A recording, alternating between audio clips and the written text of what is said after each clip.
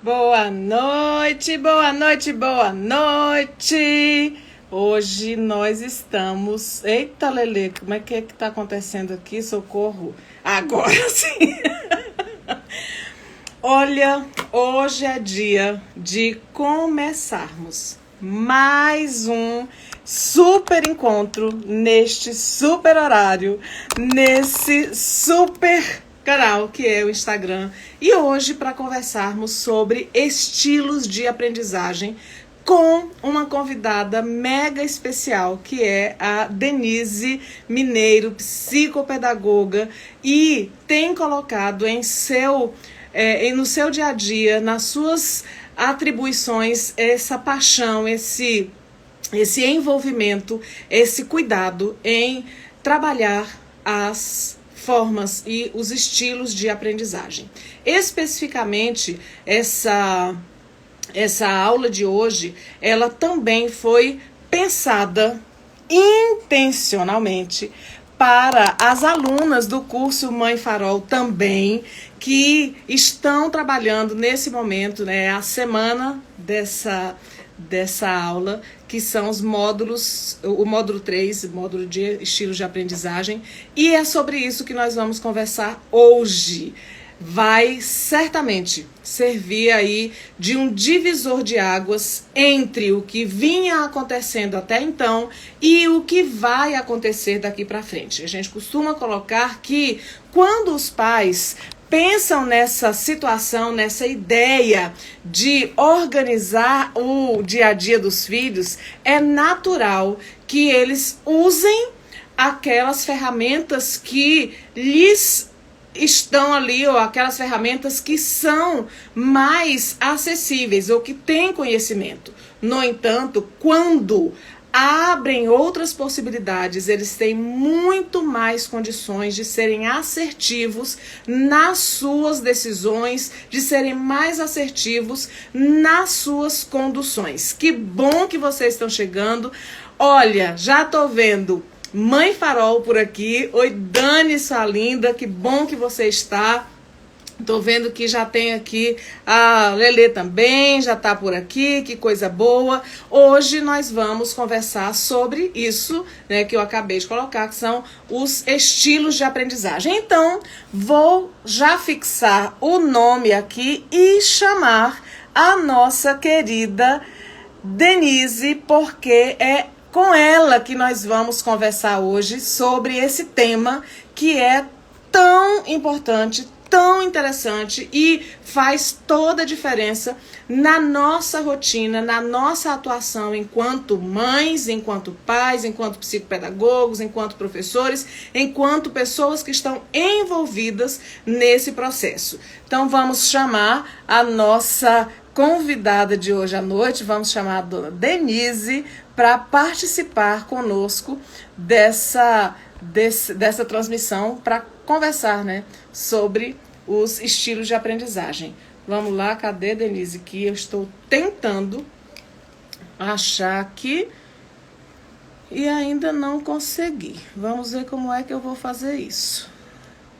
Vamos fazer o seguinte, Dê, se você puder... Ah, já vi. Entrou aqui a sua solicitação. Agora vai dar. Que coisa boa. A Denise, então, já está entrando, como eu falei para vocês. Denise é uma psicopedagoga e está sempre envolvida nesse processo. Que coisa boa que você está por aqui. Deu certinho agora. Achamos o caminho. E hoje, então, uma convidada maravilhosa que foi uma bênção, foi um presente que eu ganhei nesse tempo de afastamento, nesse tempo em que nós estamos, né, de isolamento, e a internet acabou abrindo novas perspectivas. E que bom, Denise, que eu consegui chegar até você. Muito obrigada por ter aceito o nosso convite. Eu que agradeço, Adriana. Você está me ouvindo bem? Muito tá me vendo bem? Muito bem. Tá bem. Então tá claro por aqui. Que coisa boa. E eu estava colocando aqui para o pessoal que você também é psicopedagoga e tem uma experiência incrível pessoal sobre essa situação de estilos de aprendizagem. Conta pra gente um pouquinho, Denise, como é que é essa situação? Você tem filhos que passaram por isso e é importante que a gente tenha aí o seu relato como algo que traga uma perspectiva para todos nós. Sim, boa noite, estou super feliz de estar aqui. É, a internet que nos aproximou nessa época de pandemia, e eu fico muito contente de nós termos essa sinergia de estarmos falando do mesmo tema, que é estilos de aprendizagem. Eu comecei a trabalhar com estilos de aprendizagem com uma experiência pessoal. O meu filho mais velho, que hoje tem 40 anos, ele foi diagnosticado, quando ele estava na pré-escola, com transtorno de atenção, hiperatividade, impulsividade, ansiedade, era tudo. Ele veio com o pacote completo. Ô, Denise, hoje ele tem 40 anos, né? Como é que Sim. foi essa pesquisa lá atrás? Que a gente está falando aqui em, no mínimo, 35 anos. Isso, quando mais os ou menos. estudos ainda não eram tão avançados quanto são hoje. Se hoje a gente já enfrenta essa situação, e se você está aqui e passa por isso, vê isso, pode comentar aí no chat para a gente ver, como é que foi isso lá atrás? Então, eu tive a honra de trabalhar, né, o Caio, meu filho, trabalhar com especialistas muito bons que me orientaram. Então, eu li muito, montamos uma equipe multidisciplinar e teve uma psicopedagoga. Na época, eu até tenho a impressão que ela foi uma das primeiras a ter feito o curso, e ela fez um trabalho maravilhoso. Então, começou a minha pesquisa para os estilos de aprendizagem nessa época, porque eu queria manter uma boa comunicação com ele, né? Eu sendo educadora, sempre trabalhei em escola, agora não, já faz 21 anos que eu tenho consultório. Mas naquela época era essencial que eu alfabetizasse, que meu filho fosse bem alfabetizado, que se comunicasse bem com as pessoas. Ele parecia um bichinho carpinteiro, ele não parava, não fixava. Então, naquela época, não tínhamos todo o estudo que nós temos hoje da neurociência, mas eu tive uma equipe muito legal que me ajudou e me estimulou a estudar, porque naquela época eu só tinha a pedagogia. E aí eu fui me especializar na psicopedagogia e na psicomotricidade. Então, foi um divisor de águas para mim naquela época, entrar em contato com esse material e fazer o curso, porque, assim, o bem mais precioso que nós temos, Dani, Adriana, são os filhos. E pensa, um filho que não tem brilho no olho, que não sentia ânimo de ir para a escola, que não tinha uma vontade de aprender. Então, para mim, assim, era muito duro, era muito triste. Mas consegui, depois a gente recebeu, né, a informação de que seria bom fazer uma adaptação numa escola que trabalhasse, naquela época não se falava em inclusão, mas que atendesse às necessidades dele. E foi aí que eu comecei a pesquisar os estilos de aprendizagem, fui trabalhar muito com essa questão da atenção, da memória, que na verdade são os são neuros fisiológicos, né? São duas questões extremamente importantes dentro do processo de aprendizagem. Que, inclusive, se a gente não estimular a atenção e a memória, nós não conseguimos avançar com a aprendizagem. Por isso, a ideia de que pais não são pessoas reféns da colocação ou da percepção de terceiros. Quanto mais a gente conhece o processo, quanto mais a gente se apropria dessas informações, mais possibilidades nós temos de avançar. Não que a gente vá deixar de suprir as necessidades dos nossos filhos ou nós vamos deixar que apenas terceiros façam isso. Mas toda Sim. vez que um pai, um psicopedagogo, um professor acompanha lives como as nossas, né, as que eu faço, as que você faz, as que os nossos colegas, cuja prática está fundamentada na ciência, eles vão conseguir avançar um pouco mais em relação a isso. Principalmente porque a forma de aprender varia até dentro da própria casa. Pra você ter uma ideia, eu tenho três. Cada uma tem uma forma diferente. E, gente, eu vou contar para vocês. Denise não contou, mas eu vou contar a mega fofoca. Super fofoca. Vou contar, Denise. Vamos lá. Conta, pode contar. Com quem que a Denise trabalhou? Quem era a pessoa que caminhava com a Denise? Eu dou um pirulito, se vocês souberem. E Sammy Olha, gente, nós estamos falando de alguém que tem, pioneira nessa situação, até porque a discussão sobre estilos de aprendizagem não é algo que vem de ontem para cá, isso já vem sendo discutido há muito tempo, existem várias linhas, inclusive boas celeumas, né? Tem aí umas fights bem legais entre os estudiosos, alguns pensam de um jeito, outros pensam de outro jeito, mas fato é, nenhum filho aprende igual e nenhum filho deixa de aprender se a gente consegue estimular atenção e memória. E isso a gente consegue fazer em casa. É ou não é, Denise? É isso aí. E eu estou trazendo, olha, esse livro é um livro bem antigo. Eu até trouxe do consultório, que é O Despertar do Gênio. Ele é, Adriana, de 2004. Então, esse livro foi um dos livros que me motivou.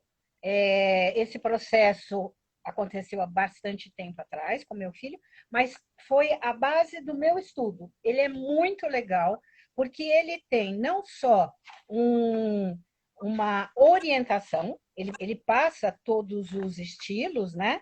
Mas ele tem é como se fosse um roteiro de viagem para a gente conhecer o ser humano.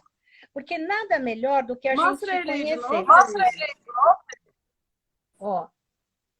Gente, olha, nós vamos fazer o seguinte, a Denise vai fotografar e vai colocar lá no Instagram dela e eu vou também replicar no meu, para quem se interessar em conhecer um pouco mais. Esse livro realmente é fantástico e ele ajuda bastante a entender essas bases neurobiológicas que fundamentam esse desenvolvimento do filho e, a partir disso, então, pensar em práticas que sustentam essa nossa ação dentro da família, a nossa ação dentro de casa.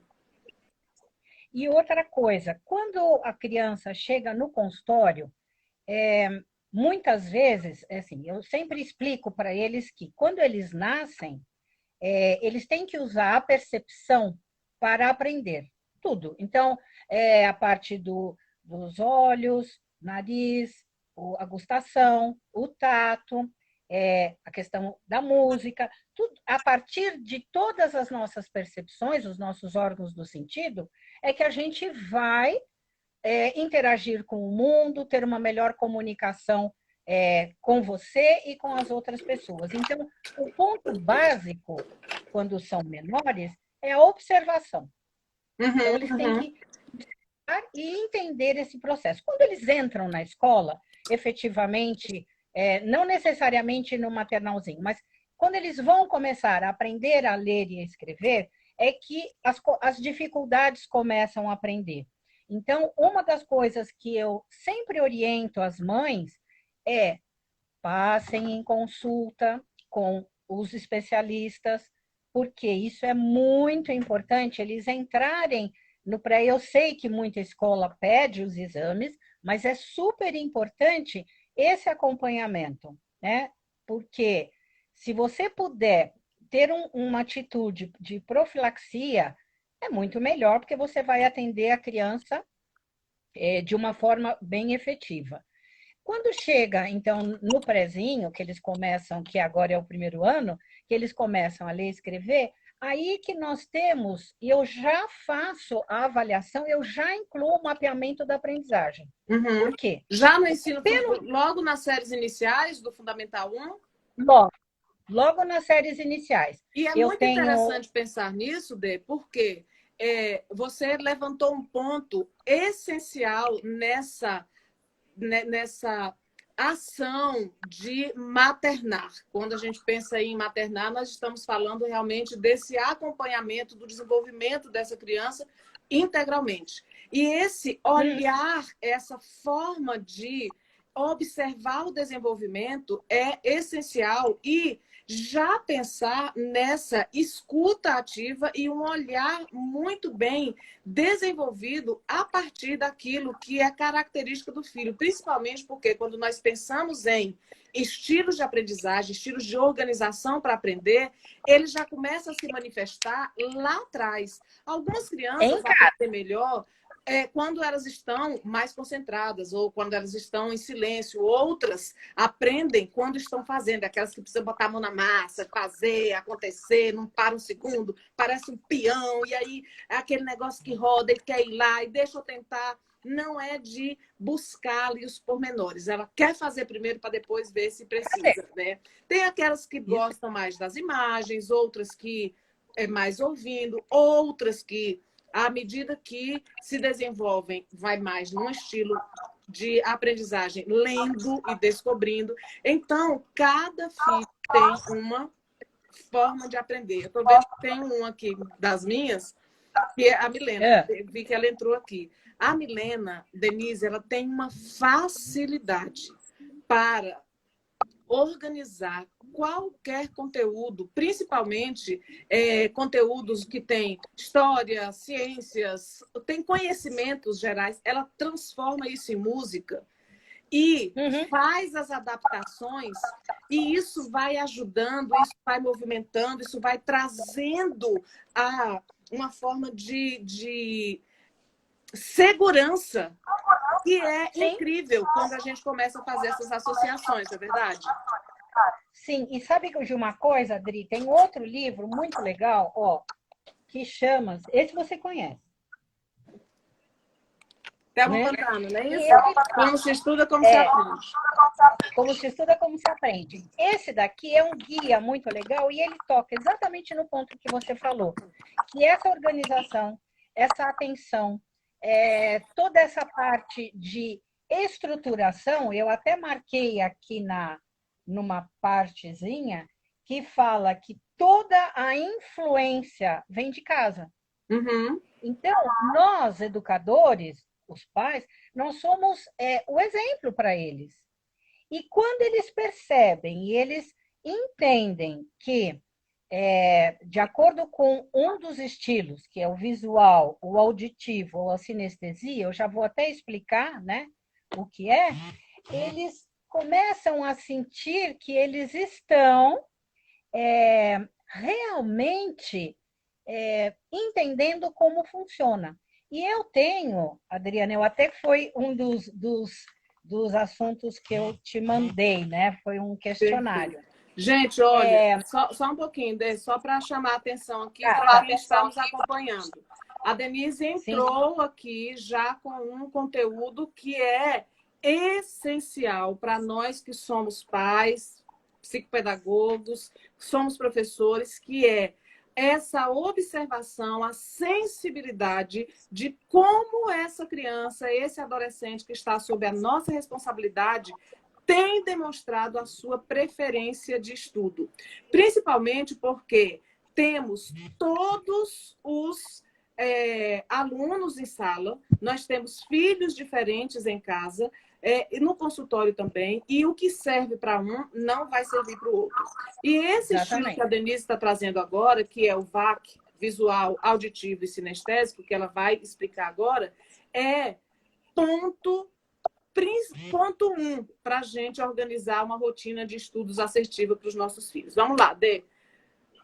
Então, esse quadrinho que eu tenho aqui, na verdade, é de uma grande educadora, e ela cedeu, é da Jamile Castro, da Jamile Coelho, desculpa, E aqui, o que que nós vamos trabalhar? Ó, isso eu trabalho e mostro para eles. Então, eu falo, nós vamos agora ver como você aprende. Você vai ter que responder um questionário para mim. Para os pequenos, eu faço em formas de desenho. Para os grandes que eu digo é tipo F1, né, Fundamental 1. E depois eu tenho F2 e médio. Ok. Depois eu mostro este do meio, mas que eu sempre mostro porque a gente trabalha sempre com o lado direito ou esquerdo, e por último, os estilos de aprendizagem. Mas no primeiro encontro eu realizo isso. E Denise, aí, eu vou que só é. tirar os comentários aqui para o pessoal Tá ver bom? o que você está colocando. Eu fui tirar, desativar os comentários, desativei, foi o nome do nosso encontro. Pronto. Então, esse aí já é interessante. Inclusive, a turma do Mãe Farol, essa aula vai subir para lá, tá certo, gente? Então, vocês vão ter isso em detalhes. Tá. E a partir daí, eu faço a contar, né, faço o questionário com eles. E uma das coisas que eu já vou observando, porque assim é por pontuação. Então, eu já vou vendo cálculo matemático, eu já vou vendo se a criança, os pequenininhos, contam no dedinho, enfim. Eu vou aplicando. E aí, eu tenho, Audrey, aquilo que eu te passei. Uhum. Que Eu é o tenho quadro, não é isso? aquele quadro, eu tenho uma noção de como vou pôr meu óculos, porque senão não enxergo, como que como que funciona uma criança visual na leitura, na ortografia, na memória, na imaginação, na atenção, que é o nível de concentração, na resolução de problemas, nas respostas a períodos de inatividade, aspecto emocional e comunicação. Então, conforme eu vamos supor, lá deu um sinestésico. E aí eu falo para eles assim, olha, o seu resultado foi sinestesia, que é uma pessoa que aprende pelo movimento. Então, Uhum. primeiro eu leio todas as características, E né? as crianças que apresentam, por exemplo, com movimento, sentem essa necessidade de movimento. O que os pais que estão nos vendo agora podem fazer para apoiar essa característica dos filhos? Nesse momento da aprendizagem, nesse momento em que eles estão administrando ali a sessão de estudos ou estão separando tempo para fixar conteúdo com seus filhos. Então, assim, o aprendiz sinestésico é o aprendiz que ele é o radar, né? Ele capta tudo. Da mesma maneira que ele presta muita atenção em qualquer movimento do professor, em qualquer vídeo que ele veja, a questão da sinestesia, ela impede que a criança aprenda com muita facilidade, porque passou a mosquinha e ele está vendo. Então, o que eu oriento? Eu oriento na casa não deixar uma cadeira giratória como a minha, por exemplo. Opa! Vou até Tá? ativar aqui os comentários para ver se o pessoal se identifica ou pensa aí com a situação dos filhos nessa característica. A Thaís, que é fantástica, está dizendo que está aprendendo muito. E a Rê está pedindo para a gente mandar os livros, ok. Eu vou deixar aqui os comentários para vocês dizerem se, de alguma forma, vocês identificam os filhos nessas características. Então, o sinestésico é esse que está o tempo inteiro ligado no que está acontecendo, o radar está funcionando, consegue prestar atenção em tudo ao mesmo tempo, no entanto, não consegue se aprofundar em muita coisa. É igual pombo. Vai ali, bica um bocadinho, um pouquinho de tudo, sai com experiências importantes, mas não aprofunda essas experiências. Então, é por aí. A Amanda está dizendo que você é um excelente profissional, Denise. Eu concordo, viu, Amanda? Obrigada, Amanda. E aí, então, o que os pais podem fazer para ajudarem os filhos que têm essa característica? Então, primeiro ponto, uma cadeira fixa sem essas cadeiras giratórias. Outra coisa é um sinalizadorzinho. Eu tenho, por exemplo, esse pequenininho, que é para perto do computador, ou um abajur focado para o que ele está fazendo. Isso ajuda muito. Outra coisa importante para o sinestésico é quando ele estiver disperso, ao invés de você falar, senta, faz a lição. Primeiro, você tem que fazer antecipações. Perfeito. E organizar o lugar aonde ele está trabalhando. E é interessante a gente pensar nessa situação quando trocamos essa ideia do chamar a atenção para o redirecionar. Uma das questões que vale muito a pena experimentar aí na sua casa para que não se torne esse momento tão difícil e até mesmo desgastante nessa relação ao invés de, eu já falei para você parar de conversar, vamos organizar. Você não vai falar. Se ele levantou, você só vai conduzi-lo de volta ao seu lugar, sem discussão, sem falar o que deve, né? Sem dar sermão para que ele comece. Mas essa situação da antecipação é perfeita. Outra dica, Dri, ao invés de você falar, né, de longe, normalmente assim, senta, você não está fazendo. Você chega perto e põe a mão ou sempre no ombro. Uhum. Eles já vão virar os olhos e você vai falar, você está cansado?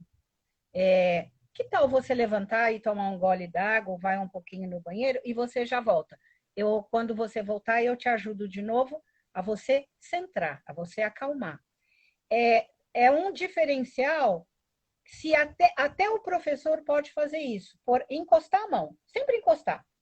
Porque, como o sinestésico, ele é um aprendiz de movimento, eles adoram dançar, eles adoram atuar, eles adoram ficar perto, agarrar, abraçar, segurar, sempre tem coisas na mão, adoram atuar e, por isso, tudo que você for mostrar para ele, ele tem que vivenciar, fazer experiência. Então, não adianta falar. Você tem que... Então, agora, você está cansado? E, normalmente, marcar o tempo de estudo. As aulas nas escolas têm 45 minutos, porque é o exato momento que o cérebro da criança aprende. E é o exato momento do tempo em que ela memoriza. Não adianta você ficar horas e horas debruçado no livro se você não tiver foco. E esse estilo de aprendizagem, uma das coisas até que a educadora ela deve oferecer oportunidades para que vivenciem e interajam com os colegas. Por exemplo, está lá fazendo um resumo de um livro, ou está fazendo registros marginais, ou está fazendo um mapa mental. Então, ofereça também sei lá, figurinhas. Outro dia mesmo eu fiz um mapa mental com um garoto sobre... ele estava estudando os animais sobre camelo. Então, que era um animal mamífero, que era isso. Então, eu pedi para ele, vamos procurar na revista um camelo? Então, ao invés de ele escrever, ele pôs o desenho. Isso tudo vai fazendo um movimento e ele vai desviando a atenção. Uhum. E não vai ficar... É como a gente, se você está focada fazendo uma coisa, fica num período e depois você levanta e vai fazer outra coisa. É isso mesmo. A Amanda está colocando aqui que esse acompanhamento em época de pandemia é desafiador. Com certeza, Amanda, em sala de aula, então, e uma das orientações que a gente costuma dar é estabeleça os blocos de trabalho com antecedência, e é isso que a Denise colocou, sempre antecipado. Então, se você está em casa, por exemplo, e precisa trabalhar isso com seu filho, já organize e percebe que ele tem essa necessidade de movimentação constante, já organize usando um marcador externo, que pode ser aí um relógio, ou uma música, ou uma brincadeira, qualquer coisa nesse sentido, para que ele saiba que durante 5 minutos ou 10 minutos ele vai ter trabalho focado. Depois ele vai ter um descanso. Depois ele foca mais 10. Depois ele descansa. Inclusive, esses blocos, eles precisam ser equilibrados entre si. Então, se você começou com blocos de 10 minutos, você vai tentar manter 4 blocos de 10 minutos intercalados com 5. Depois vai aumentando isso até conseguir chegar a 25 minutos de trabalho para uma criança e adolescente até sexto, sétimo, oitavo ano, né? Isso. E outra coisa que é relevante para os sinestésicos são as brincadeiras, as atividades humorísticas, porque tudo aquilo que eles aprendem com jogos, competição, alegria, gargalhada, eles não ficam tão agitados internamente. A tendência é dar uma acalmada. Normalmente, o aprendiz sinestésico, ele adora todos os jogos de estratégia, que pode ser jogo de estratégia individual, aquele Rush Hour, por exemplo, tem um outro que é um labirinto que você monta e que ele tem que arrumar os lugares, como a senha, como o Uno, eles adoram. Por quê? Uhum. É um jogo realmente estratégico. Tá? E como eles são muito criativos, é interessante repensar ou dar novas possibilidades de exploração aos jogos, como o Uno, por exemplo, né? Então, esse Sim. desafio à criatividade, à reorganização das possibilidades, isso é perfeito. Eles se sentem desafiados e, acima de tudo, eles se sentem envolvidos no propósito. Hoje eu fiz um post lá no meu Instagram falando sobre por que entender os estilos de aprendizagem. E um dos pontos é exatamente esse. Conhecer o estilo de aprendizagem do nosso filho, do nosso aluno, a gente consegue mantê-los mais envolvidos com a tarefa por mais tempo, porque nós estamos atendendo àquilo que biologicamente ele está organizado, está predisposto. Obviamente, nós não vamos deixar de abordar os demais estilos de aprendizagem. Né? Que além do sinestésico, nós temos também o visual e o auditivo, não é verdade? O visual e o auditivo. E uma das coisas muito importantes, Adriana, é quando eles identificam, e eu vou lendo para eles, olha, você é assim, você funciona desse jeito, faz sentido para você? É isso mesmo? Você, por exemplo, o sinestésico, ele prefere, na leitura, ele prefere, em vez de ficar lendo, ele prefere ação. E ele não é um grande leitor, ele prefere mais escutar, ou na cabecinha dele, tudo que é ação da história, ele está lá vivendo.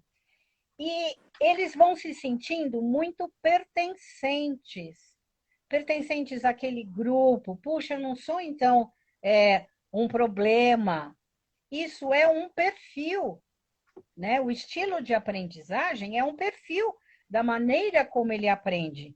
E para ele aprender a leitura, a escrita, qualquer conceito matemático, ele precisa estar com esse autoconhecimento para estar se acolhendo. Uhum. E é importantíssimo que nós também vamos conduzir, né, as informações tanto para a família quanto para a escola.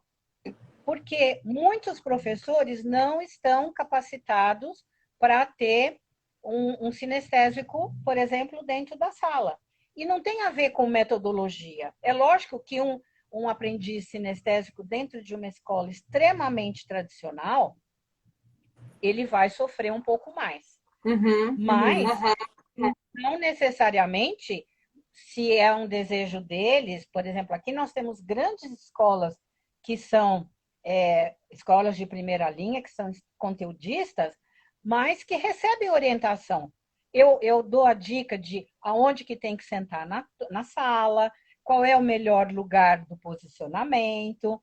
Eu passo orientação tanto para a coordenadora, como eu falo com o grupo de professores, porque é aí que a gente tem que passar, não adianta ficar a informação represada só no consultório. Você tem que passar para a família, você tem que passar primeiro, lógico, para a criança ou adolescente, depois para a família, para a escola, para que essas informações vão começando a fazer sentido para todos da família. Perfeito, né? Perfeito. E quanto mais a família vai se apropriando dessas informações, mais condições ela tem de dialogar com o outro. Um dos grandes problemas que eu tenho percebido no consultório é exatamente essa situação de pais não conhecerem quais são as possibilidades e ficarem sempre à mercê de alguém ou da percepção de alguém. Eu estou achando vocês Sim. muito caladas. Tá? Ó, a Josi chegou aqui, ô coisa boa, Josi. Gente, alguém conversa com a gente, porque fica só nós duas aqui. A Denise de lá e eu de cá, tá ficando meio estranho, né? Vamos mandando aí umas sugestões, vamos mandando casos para a gente discutir. O que você percebe? Qual é a maior dificuldade que você tem tido aí? Conta para a gente poder pensar em formas de dar sugestões, de oferecer possibilidades. Manda aí para a gente poder organizar, porque nós já estamos indo para 40 minutos de live, a gente só tem mais uns 10 minutinhos aí. Tá. Outra coisa que eu acho que também é super importante é a gente entender que o auditivo aprende, como está dizendo, pela audição. O que é legal no trabalho do auditivo?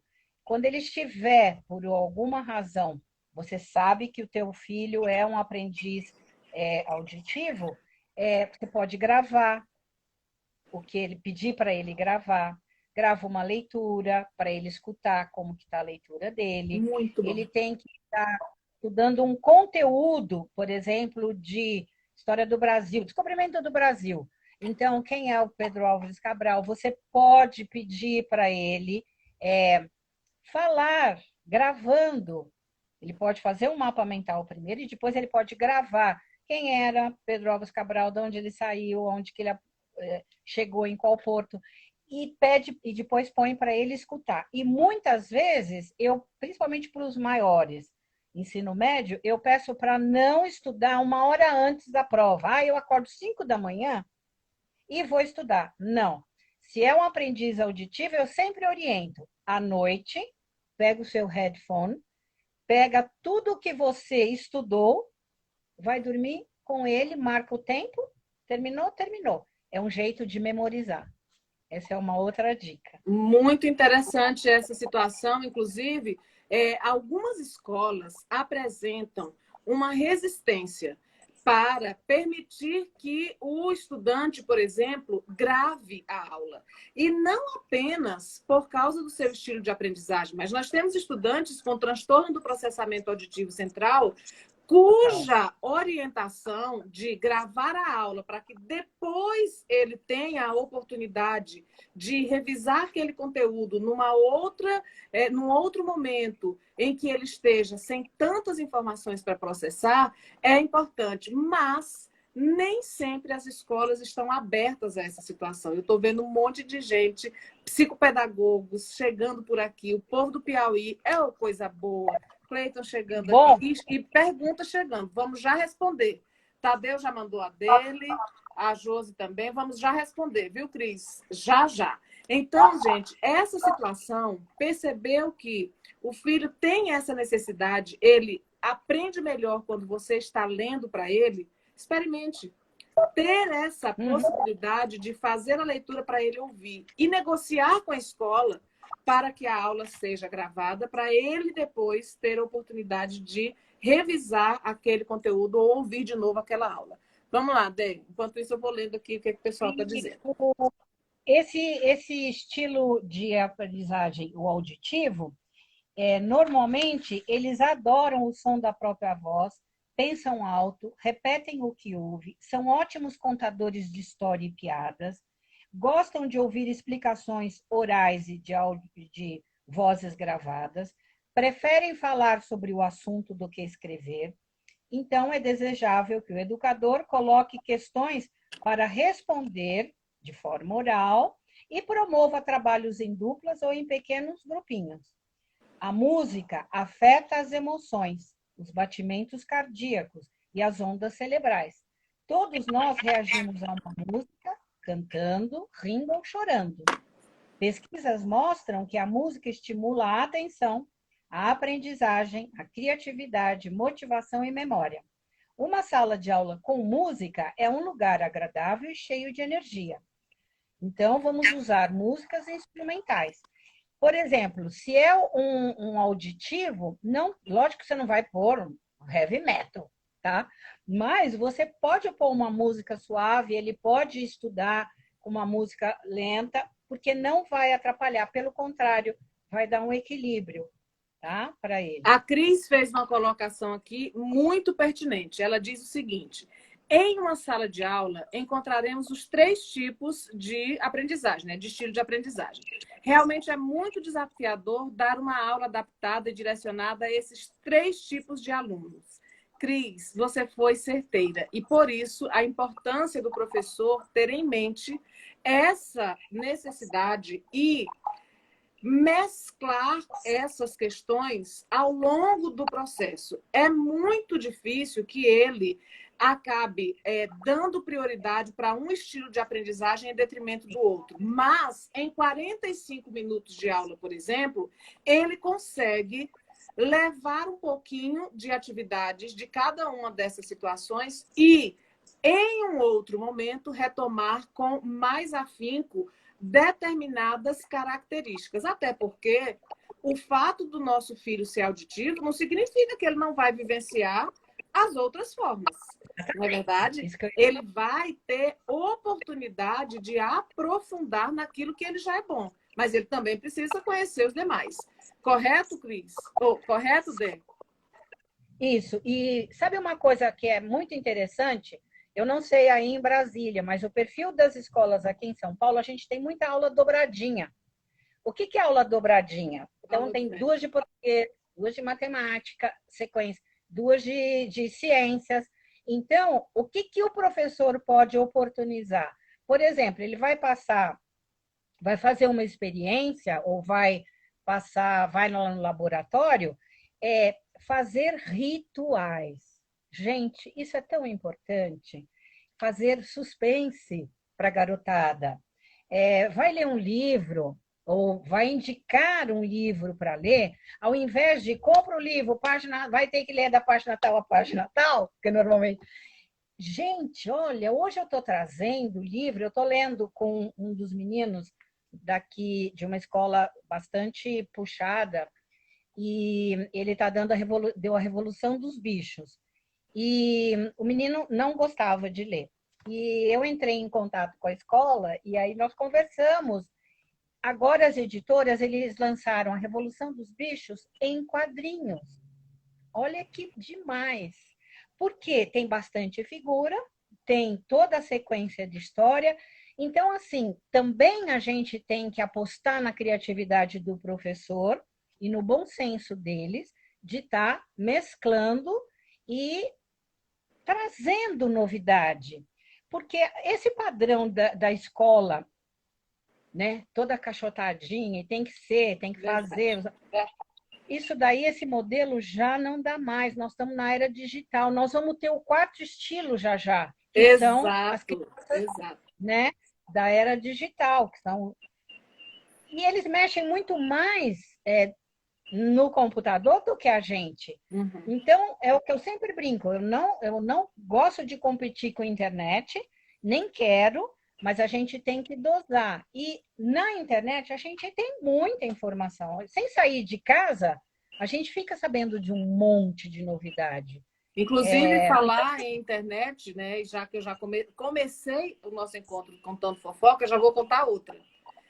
2025, o Enem vai acrescentar mais... o Enem não, perdão. O PISA vai acrescentar mais uma a modalidade de avaliação, que é a capacidade do estudante se autorregular na aprendizagem utilizando a internet. Gente, isso como diria a minha professora, isso é surreal. Esse é o mundo que nós não fomos criadas nele. Quando a gente pensa nessa história, por exemplo, de a leitura, leitura às vezes é muito cansativo, mas até em casa a gente pode estabelecer aquela situação de você começar e cria aquele suspense. Quantas e quantas vezes eu não fiz com as minhas meninas, eu começava a ler e dizia, você não acredita o que, é que vai acontecer. Elas ficavam, mas o que, que é? Até adolescente a gente faz isso. Quem aqui conhece aquela história, entrou pelo bico do pato, saiu pelo bico do pinto, e o rei mandou dizer, e aí elas ficavam doidas para continuar essa situação. Tadeu, eu não esqueci, estou com a sua pergunta bem aqui, fixa na minha frente. Assim que a Denise terminar essa explicação, eu vou ler a sua pergunta para a gente comentar, tá bom? Tá. E aí, o estilo de aprendizagem visual é aquele estilo onde as informações elas são visuais. Ele precisa, para aprender, ver escrito, ilustrado, prefere analisar e interagir com imagens, são observadores, detalhistas, organizadores, exigente com aquilo que eles escrevem, desenham e vestem. Não prestam muita atenção nas aulas expositivas.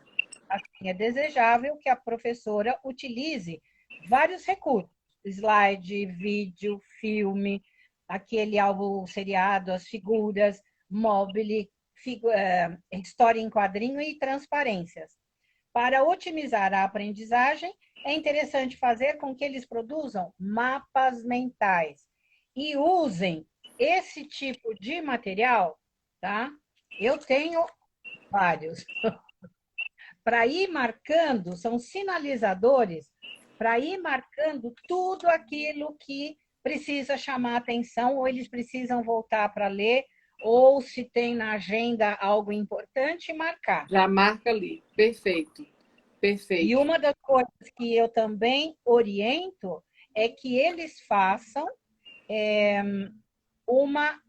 ou que se eles não quiserem uma agenda, que eles tenham uma rotina personalizada. Eu também, se eles topam, né?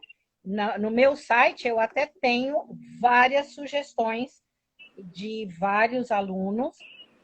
Eles entram com tudo no dia a dia deles, de segunda, e inclusive nesse livro, que depois a gente vai, tem uma parte que ele fala da rotina, inclusive nos finais de semana, que é super importante, que o pai tenha um momento com o filho, que a mãe tenha um momento com o filho, que a família sente em conjunto para estar conversando.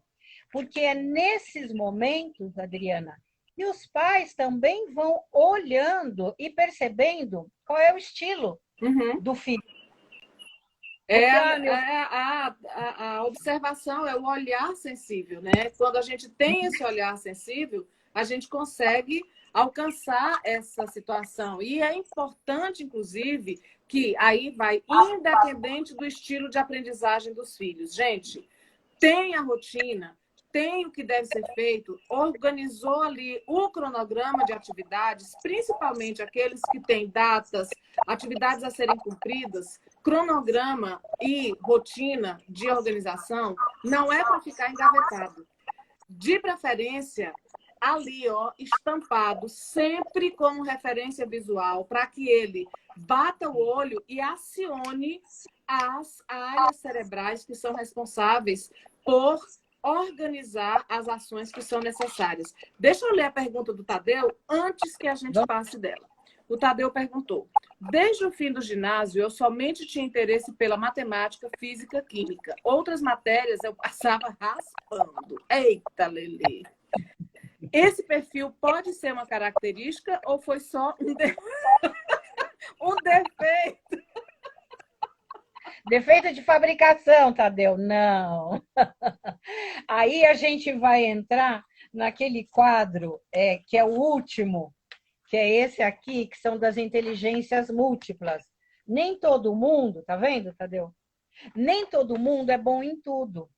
Então, há um destaque, por exemplo, os meus filhos, eles desenham muito bem. Super. O mais velho, ele, além de desenhar muito bem, ele adora história.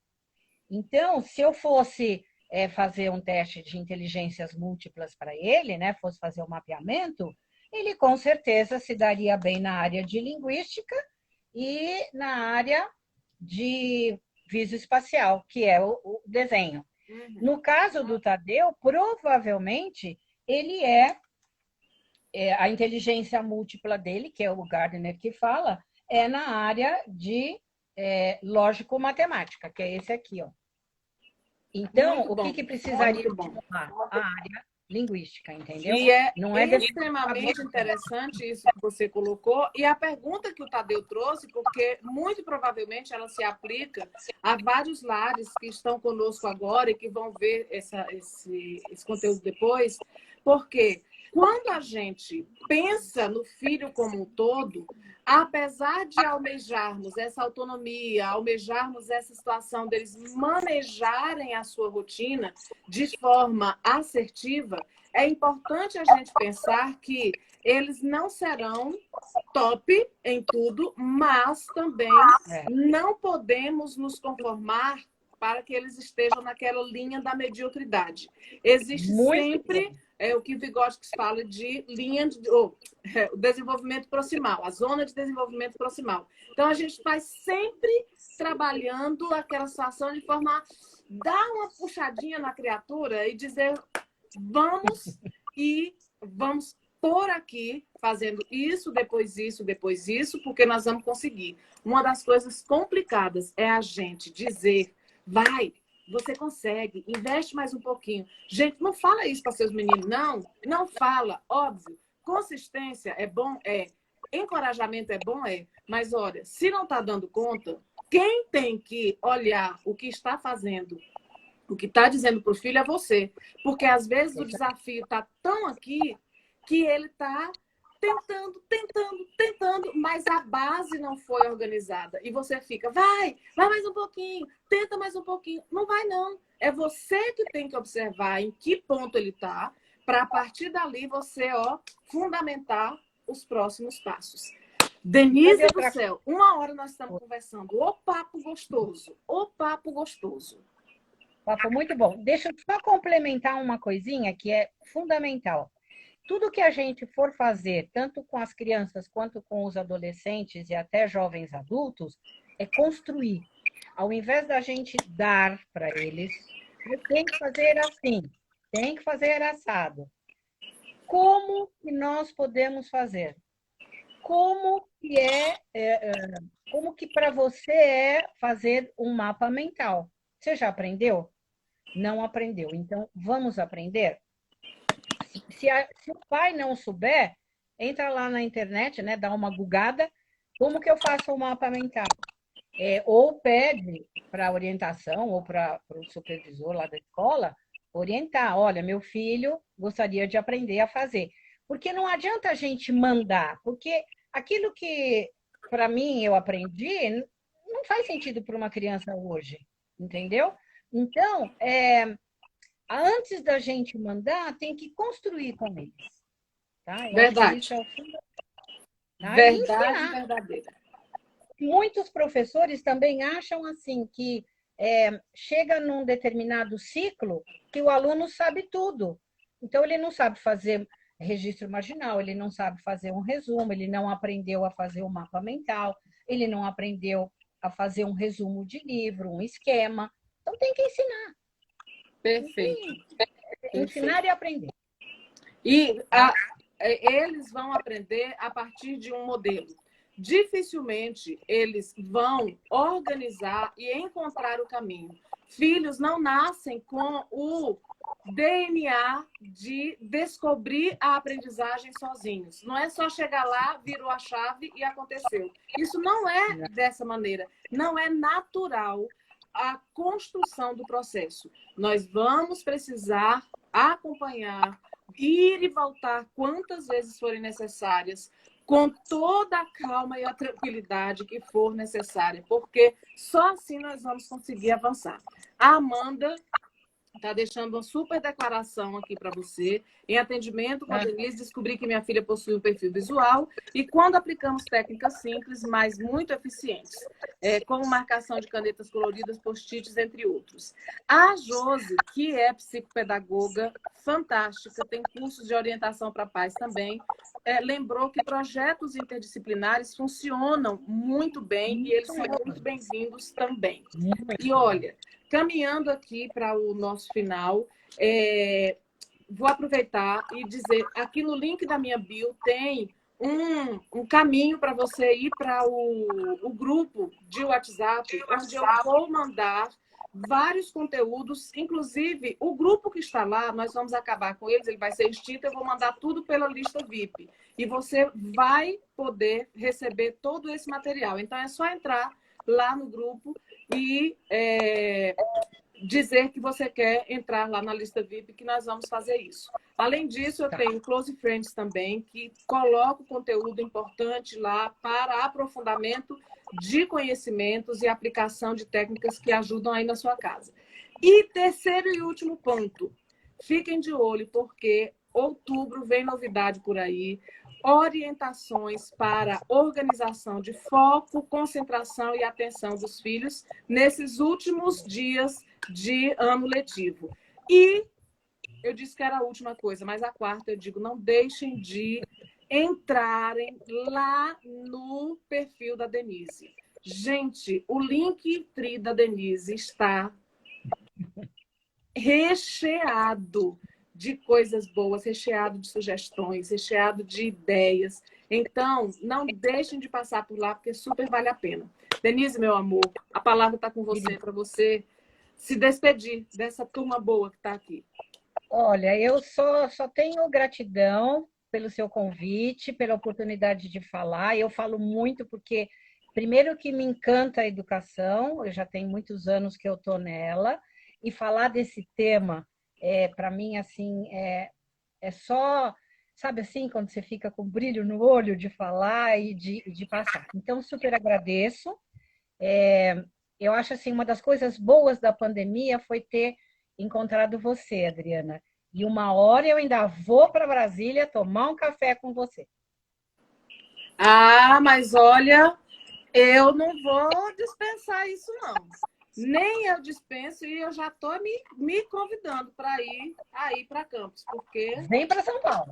O negócio foi show de bola. Gente, que maravilha, que maravilha. Foi muito bom. Então, olha, toda terça-feira, 8 da noite, nesse bate-canal, nesse bate-horário, a gente está aqui fazendo trocas. Inclusive, sempre tem caixinhas abertas lá nos meus stories. Mandem as suas sugestões. Eu, inclusive, printei o que vocês colocaram aqui para que a gente fale um pouco mais lá nos nossos stories, porque realmente o tempo hoje foi uma beleza, né? Correu que a gente nem percebeu.